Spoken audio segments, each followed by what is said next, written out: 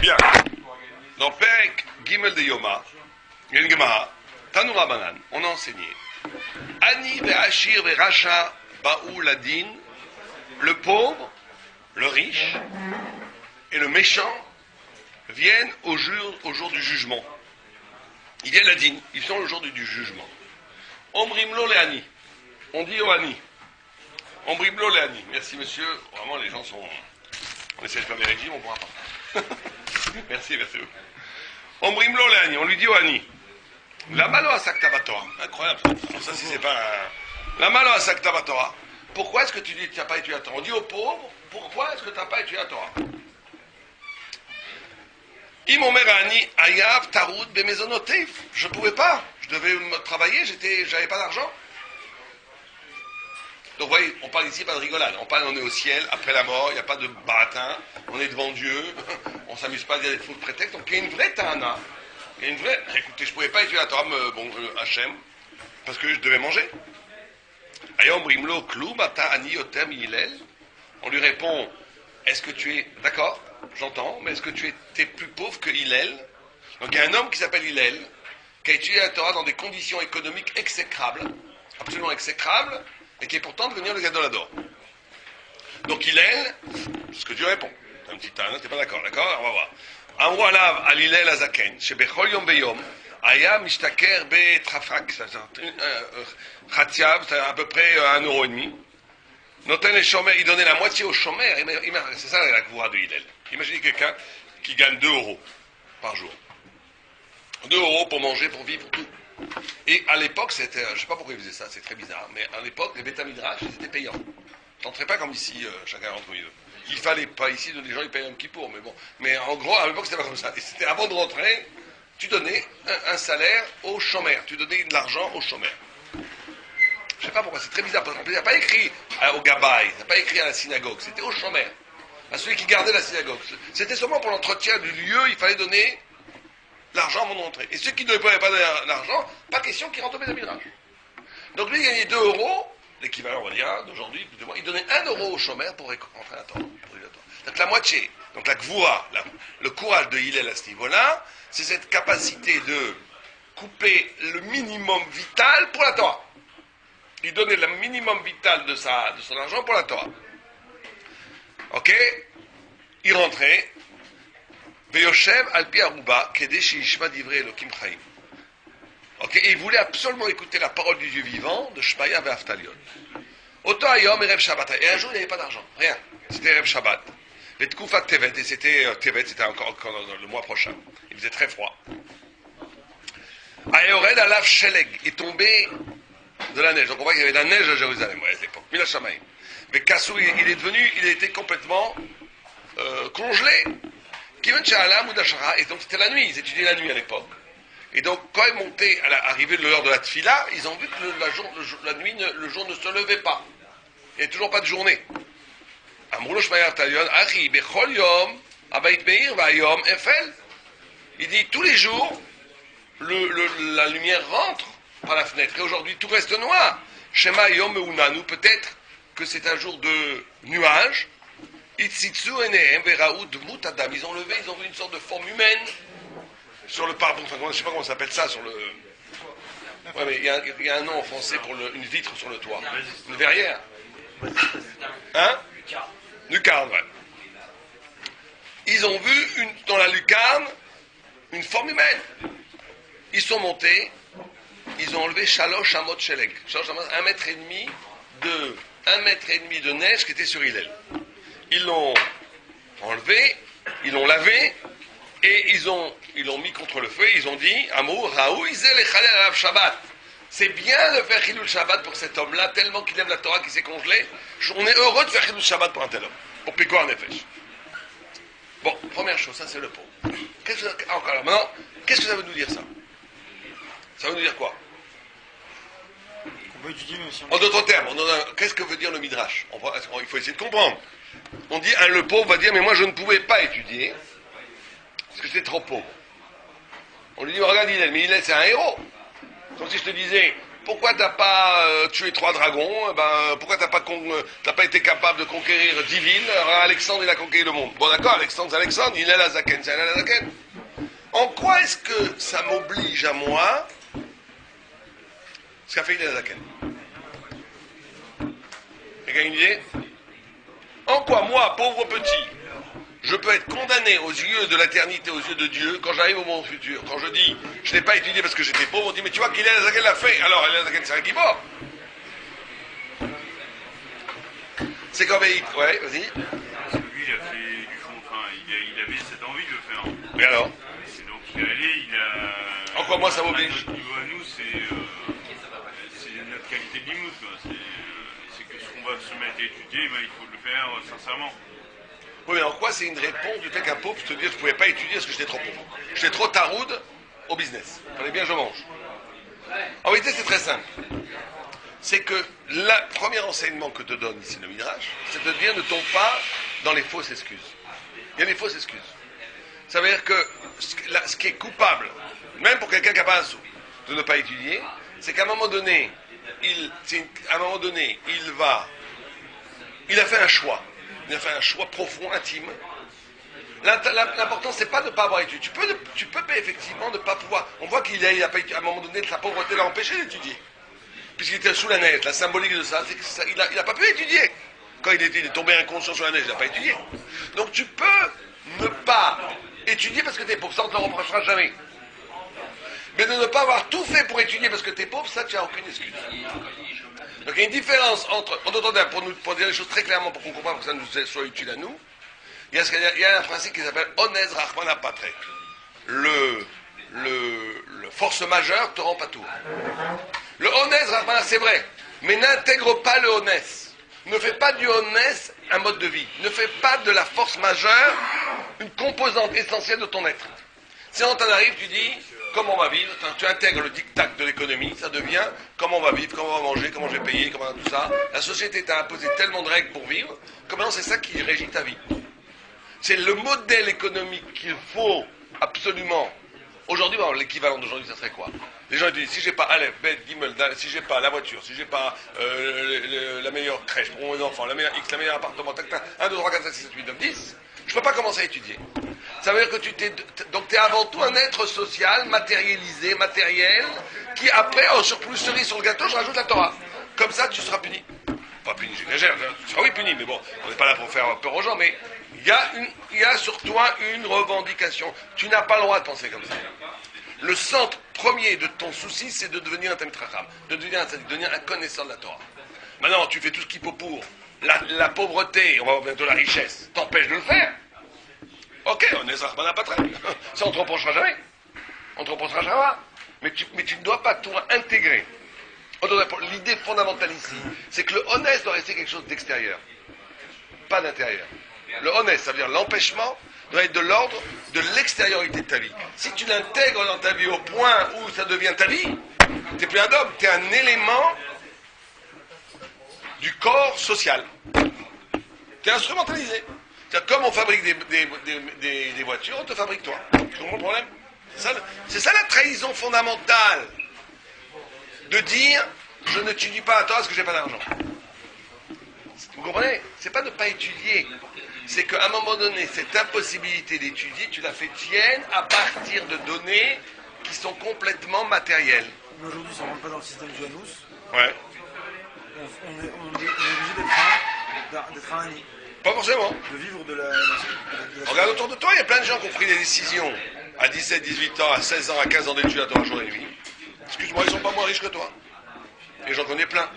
Le Mazal ne dépend pas de ça. J'en connais des milliers. Pas des milliers, j'exagère, des dizaines. Et t'as des gens qui travaillent et ils n'ont pas d'argent. C'est pas si simple. Le Mazal, la part de ça, c'est pas comme tu crois. Quelqu'un a un coup de bourse, il peut te faire $1 million. Moi, je connais un gars, Rav Zimmerman, un grand sadique. Il est toute sa vie, il a fait fortune en 2 jours. En 2 jours. 2-3 jours. Bon, après, il a tout perdu. Mais à la fin de sa vie, il a tout perdu.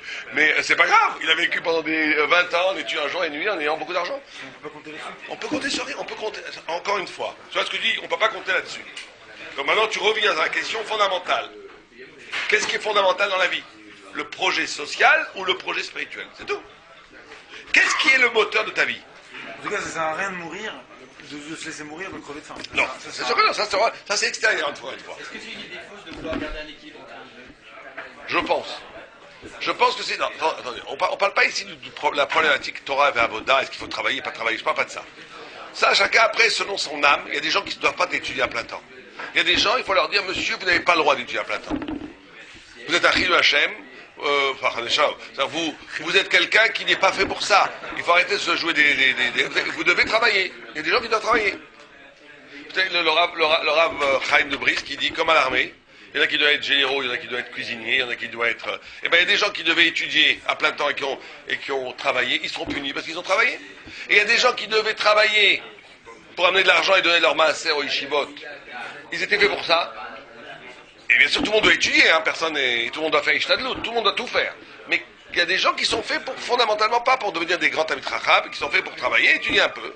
Et eux, ils seront punis d'avoir étudié à plein temps parce qu'ils ont perdu leur temps. Ils ont coûté à la communauté de l'argent alors qu'ils ne devaient pas. Donc il faut se connaître, ça c'est évident. En quoi est-ce que... Mais là, donc je rentre pas dans cette problématique, ça dépend des gens, ça dépend des circonstances, ça dépend plein de choses. Mais par contre, ce qui est commun à tous, c'est que le schéma primordial du projet existentiel, du projet de ma vie, doit être avant tout spirituel. C'est ça que nous disent. Avant tout spirituel.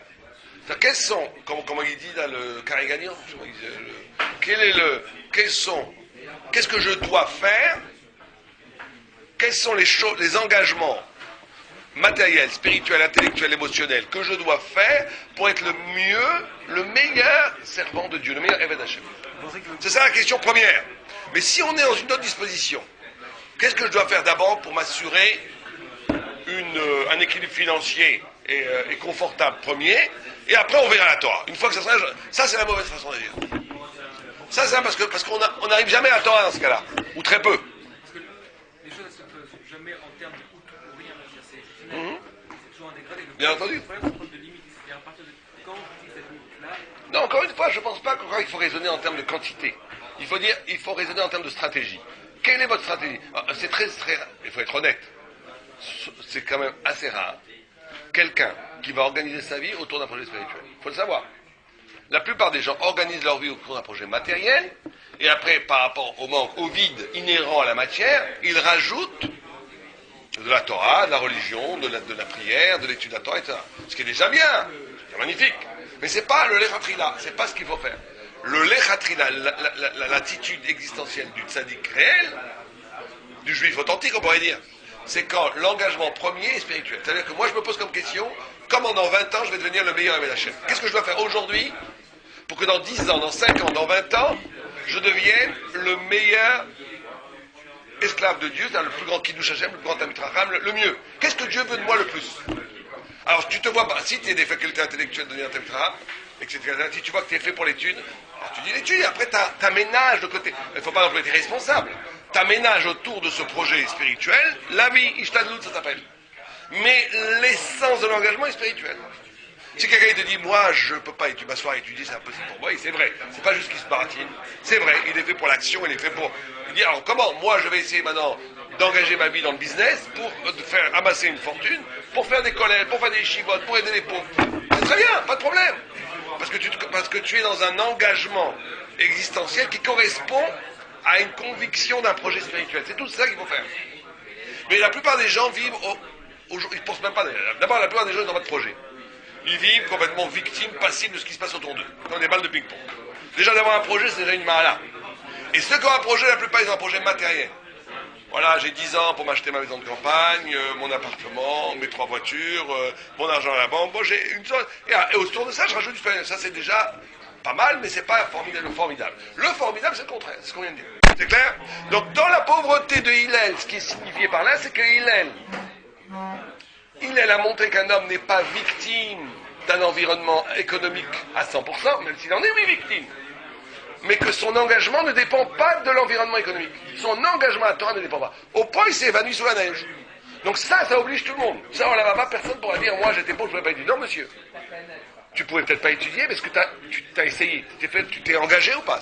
C'est ça qu'on va te demander. Est-ce que tu t'es engagé? C'est tout. C'est aussi simple que ça. Donc dans la nudité, dans le dépouillement matériel, ce qui est en jeu, c'est l'engagement. C'est clair? Deuxième étape. Alors là, on a le problème inverse. Celui qui est riche, trop d'argent. J'ai trop d'argent. J'ai plein d'argent, je ne sais pas comment faire. Alors là, il arrive. Il va dire, oh bon Dieu, mais moi je ne pouvais pas étudier. Pourquoi? Écoutez, j'avais mes Rolls à conduire, mes chevaux à aller monter de temps en temps, mes 4 maisons, mes 5-6 maisons de campagne, qu'il fallait que j'aille visiter quand même. Moi, je ne vais pas acheter des maisons à Saint-Tropez, à Deauville et à Megève pour les laisser vides. Il faut bien que j'y aille. Donc voilà, donc ça prend du temps, tout ça, j'ai pas du temps d'étudier. D'accord. D'accord, alors il dit, oh, Achir, ok, on lui dit, excusez-moi, ouais. Oh, les Achir omrim lo mal, lama, mipne mal o asakta batora. Pourquoi est-ce que tu n'as pas étudié la Torah? Le gros businessman, là, le gars il arrive au Lamaba avec le cigare et la Rolls. Il arrive en haut, le gros cigare. Bon, pourquoi tu n'as pas étudié la Torah? Oh, mais Achir, le riche, dit, Aya betaroud de mamon. Non, lui, il est plus sérieux que moi. Il dit, écoutez, l'argent, c'est un boulot à plein temps. Vous savez ce que c'est de gérer une fortune? C'est pas du tout, non, c'est pas Deauville. Lui, il dit, Aya betaroud de mamon, il faut bien que je m'occupe de l'argent. L'argent, si vous le laissez tout seul, c'est pas bon. Il faut s'en occuper. Oh, on Kloum, Aya Achir, Mirabi Eliezer ben Haroussoum. Est-ce que tu as été plus riche que Rabbi Elazar? Pardon. Nous, on l'appelle Rabbi Elazar, je ne savais pas Ben Haroussoum, Rabbi Elazar. À moi, là, Rabbi Elazar, personne ne peut être aussi riche que lui. Chez Niachlo, à vivre, il avait 1000 villes. Personne aujourd'hui n'a 1000 villes. Même Bill Gates, il n'a même pas une ville.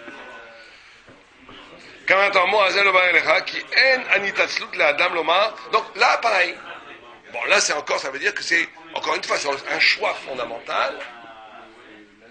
Tu ne peux pas, même le riche, milliardairement riche, est un esclave de son argent s'il ne passe sa vie qu'à gérer cet argent. Moi, j'ai jamais compris ça. Ça m'a toujours fasciné de voir des gens qui ont plusieurs centaines de millions d'euros, donc qui n'ont pas de problème de vie. Même s'ils font rien, ils pourront vivre des usufruits sans problème. Comment, ils ont 80 ans, ils continuent à travailler jour et nuit. On a du mal à comprendre pourquoi. Pourquoi ça? Et des gens religieux, je vous parle, hein, très religieux, hein, des papillotes. Une fois, j'avais un ami qui était comme ça. Je lui ai dit, mais pourquoi? Je comprends. Il n'a pas pu me donner une vraie réponse. Mais je pense que parce qu'il ne savait pas faire autre chose. C'est aberrant. C'est-à-dire, tu passes ta vie. Qu'est-ce que tu fais? Ça ne plaît rien. Arrête-toi et tu dis, fais autre chose. Non. La peur du vide. C'est ce que je connais. J'ai toujours fait ça. Bon. Ce qu'il faut savoir aussi, c'est qu'il y a des degrés de richesse. Ouais. Il y a des gens, même s'ils ont 200, 300 millions, ils voient quelqu'un qui. C'est ça. Ça, c'est la force du. Oui, mais c'est vrai. Non, celui qui a 10 millions d'euros, il jalouse celui qui a le jet privé, parce que 10 millions, tu peux pas t'acheter un jet privé à 10 millions. Ouais, bon, je sais pas. Non, un jet privé, tu rigoles, c'est 3-4 millions. Qui est naïsasut le Adam lo marlo, à la Torah mifne shayat taoud deinav. Qui a Torah est naïsasut bebotul shela, rak im haya omer shelo haya efshar lo klal bishum ofen lilmod. כי מאחר שיתברר כי צריך האדם שימות עצמו על תורה, לכאן אין לו שום התנצלות. Alors le Maharal il rentre dedans, il dit pourquoi est-ce que vous avez des exemples de Hillel ou de Rabbi Elazar? C'est parce que la Torah, comme elle est l'essentiel de l'être, il dit des choses en un mot, ce que nous on va dire en une demi-heure, il dit comme la Torah est l'essentiel de l'être, c'est l'essentiel de la vie, on ne peut échapper à cette essentialité que si on disait c'était absolument impossible. Mais si c'était possible, tu ne peux pas dire c'était possible, mais j'ai laissé tomber l'essentiel si c'est possible de le faire. Vous comprenez ce qu'il dit le Maharal? Le Maharal, en un mot, il dit tu n'as d'excuse de ne pas avoir étudié la Torah que si c'était impossible de l'étudier. Mais dès que c'est possible, même si c'est très dur, tu ne peux plus dire oui, mais je ne pouvais pas. Ben non, parce que tu avais l'essentiel contre le futile, et donc tu as fait un choix fondamental de trahir l'essentiel pour le futile. Il faut bien comprendre ici, on pose des concepts lourds, très très responsabilisants, c'est vrai, il ne faut pas culpabiliser, mais il faut réfléchir à ça. La notion, la Torah, ce qui est proposé à chaque juif dans l'étude de la Torah, même si on étudie, et c'est très important de comprendre que même si on étudie 5 minutes, 10 minutes, un quart d'heure par jour, mais que ça soit kavua, que cette étude soit centrale dans la journée, c'est que le choix intérieur que chacun doit se poser, c'est est-ce que j'articule mon existence autour de l'essentiel ou autour du futile? C'est ça que veut dire le Maharal. Est-ce que ma vie tourne autour de l'essentiel, autour du futile? Et donc ça, c'était une posture existence, une droiture, une force spirituelle, une façon d'exister, un choix fondamental. À partir d'aujourd'hui, ma vie, elle tourne autour de l'essentiel. La parole éternelle de Dieu. Pas autour du futile. le futile, c'est tout le reste. C'est l'argent, c'est le cabot, c'est la réussite sociale, c'est futile. Après la mort, rien ne reste de tout ça. Rien du tout. ולפיכך כשמכניסים אותו לדין, אומרים לו כלום היית עני יותר מהלל, שהלל היה מקיים את התורה, מחבת עוני קשה כמו זה, כי צריך האדם שימות עצמו על טוב. Lui il va même plus loin. Il dit au contraire. Lui, le Maharal est très fort, parce qu'il lui dit, toute difficulté d'étudier la Torah, toi tu le prends comme un obstacle, c'est une échelle. C'est une échelle. Parce que si on donnait la Torah, c'est le problème de certains, c'est le gros problème actuellement en Israël dans certains comportements sociologiques. Vous savez qu'aujourd'hui, Baruch Hashem, mais il y a une vague énorme de jeunes qui tuent la Torah jour et nuit, qui sont arrivés à des niveaux mais incroyables. Mais s'ils sont bons et qu'ils sont de bonnes familles, c'est-à-dire toute une sorte d'appareillage sociologique très bizarre, on leur offre carrément des appartements. On leur achète des appartements où vous étudiez la Torah, la belle famille, il n'y a pas de problème. Alors c'est bien, ça permet effectivement. Mais d'un autre côté, c'est pas forcément le mieux pour eux spirituellement, parce que ça veut dire que tout est donné. Tout est organisé autour de toi pour que tu puisses étudier. C'est formidable. Mais c'est problématique aussi, parce que d'un autre côté, le Maharal dit, la pauvreté, loin d'être un obstacle, doit être une échelle. Parce que si quelqu'un qui est pauvre, qui étudie la Torah, vous imaginez aux yeux de Dieu, quelqu'un qui est pauvre, et qui a besoin de travailler, et qui sacrifie 2 heures de son travail, ou même pas pauvre d'ailleurs, hein, un dentiste qui fait de l'argent à l'heure, je sais pas moi. Il y a des boulots où si tu t'arrêtes, tu perds vraiment d'argent. Il y a des boulots quand tu es fonctionnaire, bon, ça change pas. Tu vas te faire un petit peu réprimander par ton supérieur, mais ça change pas ton salaire. Mais il y a des métiers, je m'arrête pendant 2 heures de travailler, je perds 1000 €. C'est possible. Donc, ou bien le pauvre qui a vraiment besoin de travailler qui s'arrête. Et donc ça a une valeur exceptionnelle d'un point de vue spirituel. Ça a une valeur, ton étude a une valeur. Tu sacrifies quelque chose pour étudier. Alors que quelqu'un, on a tout organisé pour lui, c'est sa vie, il n'a rien sacrifié. Au contraire, s'il n'étudie pas, il ne va pas manger. Donc, alors je ne critique pas du tout. Mais je dis simplement que quelqu'un qui sacrifie pour étudier, en vérité à la fin, la seule kinya à la Torah qu'on a, la seule chose qu'on a dans la main dans la Torah, c'est ce qu'on a sacrifié pour. Il faut bien comprendre ça. Combien j'ai sacrifié pour? Combien j'ai donné pour étudier? Qu'est-ce que j'ai donné pour comprendre? Il n'y a que ça qui reste. C'est la seule compréhension. Oh là, Maba, et j'avais un rave qui disait une chose terrifiante.